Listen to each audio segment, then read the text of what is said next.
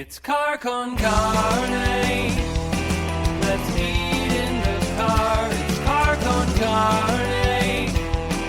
And now here's the star of our show, James Van Alstyne. This right here is Car Con Carne. It's a Q101 podcast. And Car Con Carne is sponsored by Easy Automation, easy-automation.net. It's time to just turn that home of yours into a smart home. Get it connected. Get it wired.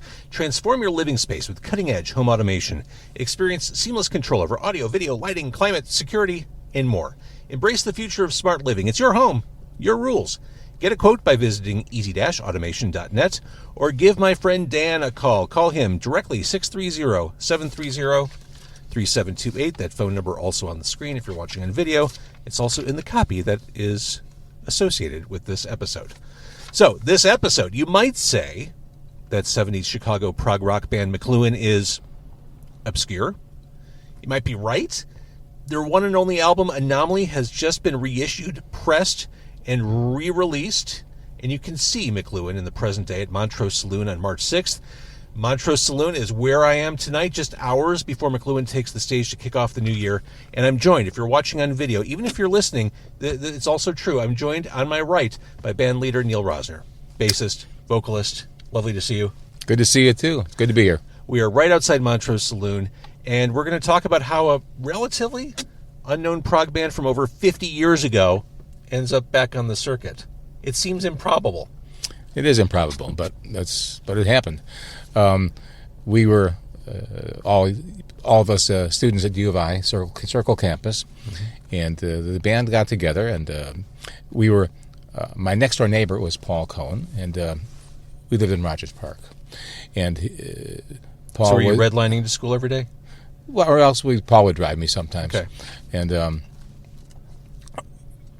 we would, Paul was in a show band called the Seven Seas, and they got tired of doing show music. They wanted to do original music. They were all musicians, all in music at U of I, and Paul asked me if I wanted to play bass with him, and I said, "Okay, sure." I didn't know how to play bass, but I faked it pretty well at that time, and that's the secret to show business, really. Yeah. But we started playing original music, and the genius behind the three of the four McLuhan songs was a guy named Dave Wright. He was a trumpet player, and he arranged and wrote three of the four songs on the album. And we started doing the original songs and cover songs too, and we played at Wise Fools Pub on Monday night. And some people. For context, I've heard of Wise Fools. It was 2270 North Lincoln. You remember the address? Yes, and we had Monday nights, and we'd play there till 1 o'clock in the morning or so, and then get up at 6 o'clock in the morning to go back to school. And but it was fun. But Carl Davis and Brunswick Records came to see us and signed Brunswick us. Records, which was an R&B label. That's correct. They're an R&B label. They wanted us to be their crossover white band, like we're Earth, but we weren't.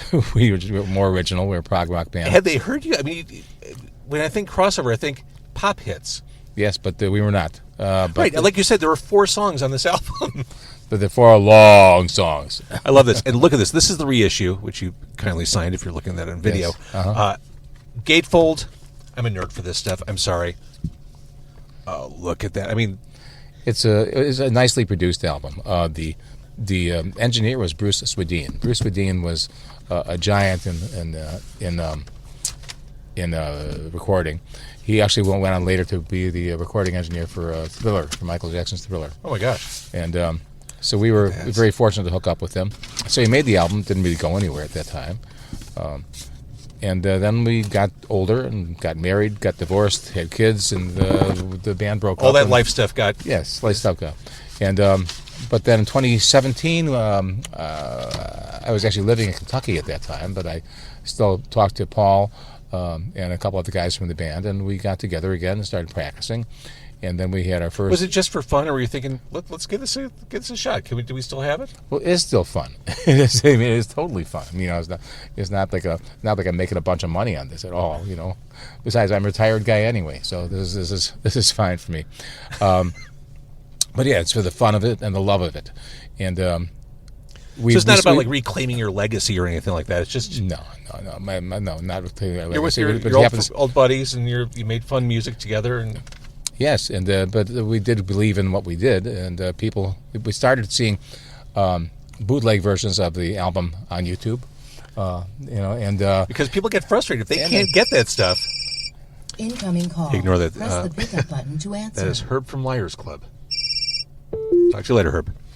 Okay, and so we got together, we started rehearsing, playing out again, and our first major gig was at the Hideout back in 2018, I believe, and we got together with 4 of the original 6 members and then 2 other members, and now we have 3 of the 6 original members, which 50 years later feels pretty impressive.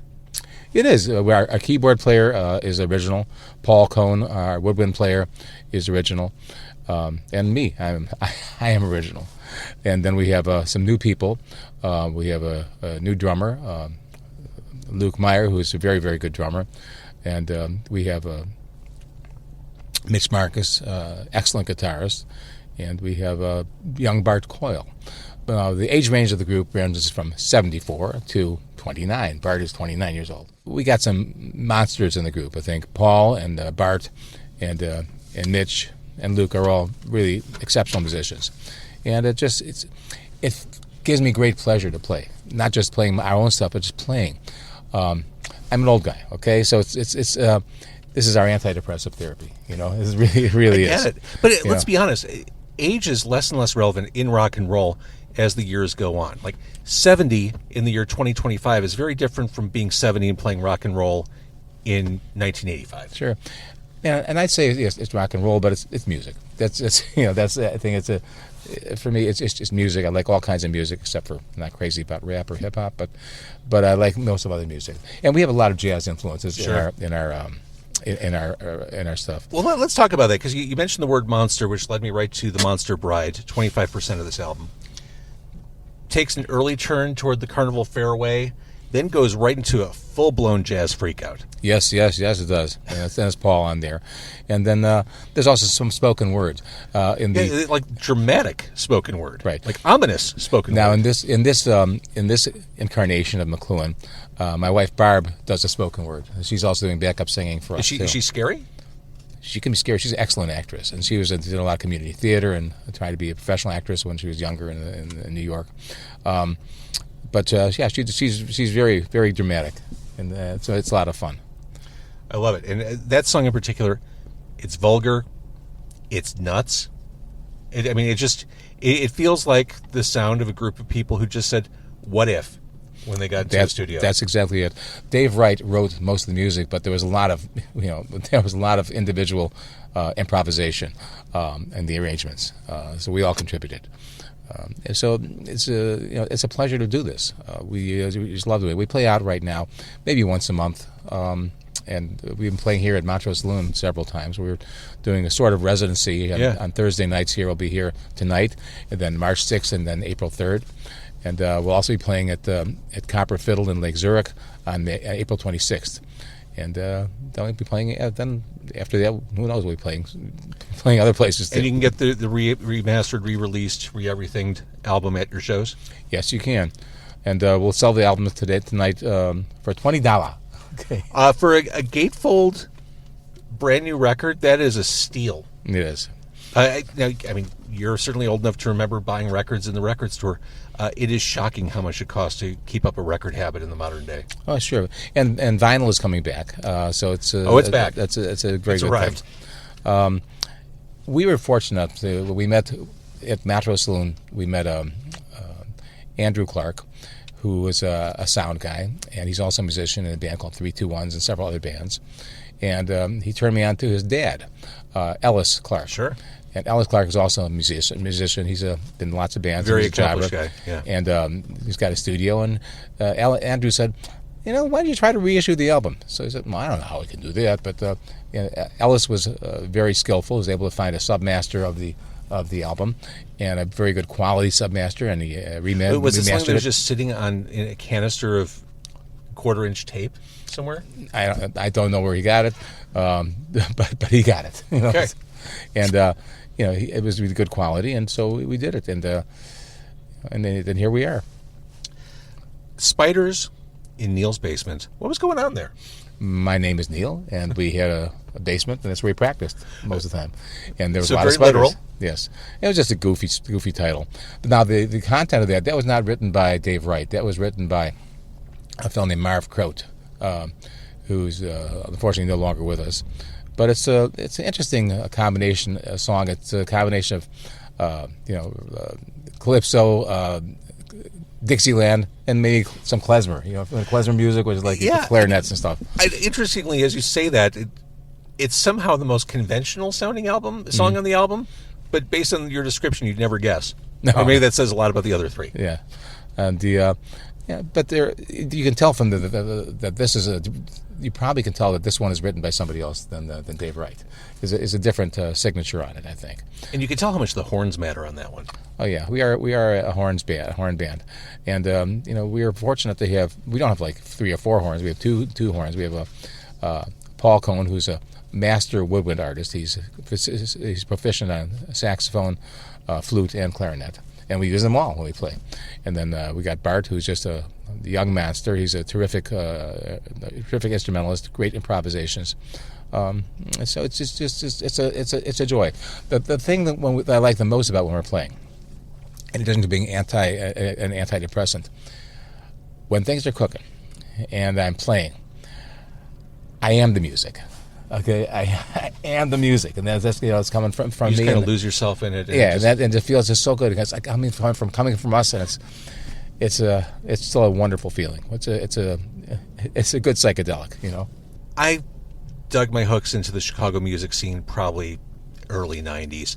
I'm very familiar with what it was like for bands then through now to kind of make their way through. What was the scene like back then in playing Wise Fools? Was there a scene? There was a scene. There was a big music scene. Lincoln Avenue was crazy. We had the Monday night spot, which is kind of the not the best spot. Other bands like I think Wilderness Road had the Thursday night spot, and that was a good. That's the night people go out. They were very very popular. But we're happy to get it. We played other gigs too, but it was very exciting to. And then we had some press. We had articles written in the local newspapers, and we started playing a fair amount. Didn't make any money, but we played, and that's what it's not about. I'm a retired physician. Okay, so I did my job and my for my income, and this is just a pleasure for me. It just feels good, and I also do my own music too. Okay, the band plays several of my original songs too, and you can see my songs Neal Rosner on YouTube or Spotify, the Apple Music and stuff like that. But McLuhan and my own music. That's my legacy. That's what I like to do. I suppose ego is involved, but it's like saying, "I'm here." When I listen to an artist, okay, like a great artist like Gershwin or something like that, I'm in the guy's brain. Okay, when I'm listening to it, I think listening to music is a very one-on-one experience. I completely agree. Yeah. So that's a lovely thing. So I'm happy to do this. We'll keep on doing it as long as we can do it. We're happy to do it. I live right now in Highland Park. We may be moving back to Chicago, though, in the near future. My wife is getting tired of being out in the suburbs. So, but I'm from here. I grew up in Rogers Park. So I'm just happy to be doing what we're doing. I think you said something really important that I certainly relate to. Yeah, the day job as the physician, I think everyone needs a creative outlet. Mm-hmm. I mean, I have my day job. It keeps me busy 10 hours a day, but this is how I express myself. This is my creative outlet. You need those. No doubt. There's no doubt about that. It's my alternate identity, and I really, really like it a lot. I love it. Yeah. All right. So again, this album, Anomaly, which, I mean, as album names go, pretty apropos. There's nothing like this. If you compare it to a stack of records from other artists, this is anomalous. Well, our David Wright was very influenced by Marshall McLuhan, the philosopher, the Canadian philosopher. And the medium guy's is a going- message. Art is anything you can get away with. The medium as a message was philosophy in the books of Marshall McLuhan. One of our songs, Brief Message from Local Media, really illustrates his philosophy the best. It's a suite in 4 different parts. McLuhan, he's talking about the influence of the media on civilization. And in the first part of Brief Message from Local Media, the first part is called the Garden, which is the innocence. The second part is the assembly line. The third part is Electric Man, which is television, radio, social media. And then the fourth part is like a little calliope kind of thing, very simple, and that's kind of a hopeful future. Okay, so that's one of the things that's most like Marshall McLuhan in our repertoire. Which, as far as album or track sequencing goes, ending on a hopeful note, last song on the album, makes perfect sense. Mm-hmm. A nice way to wrap things up. So the album's super cool, and odds are with it. A lot of people have not heard this. Great time to dig into this, and if they like what they hear, they can come back to where we are right now, Montrose Saloon, Thursday night, March 6th. The weather will be even better then, knock wood. And you can also go to local independent record stores. We're selling. Yeah, because it's all over the north side. Yeah, that's great. But I mean, it'd be better if they came to see you. Absolutely. They could talk to you about like doctor stuff. Yeah, well, I'm retired now. I did that long enough, so this is fine. Yeah, you don't want strangers coming to Montrose Saloon saying, "Does this look infected?" Perhaps not. All right, you've got a show to play, sir. Thank you so much for doing this. I love that McLuhan is here 50 years later. Sometimes you just need to go away to really be appreciated and come back. Well, it's nice to have a chance to come back.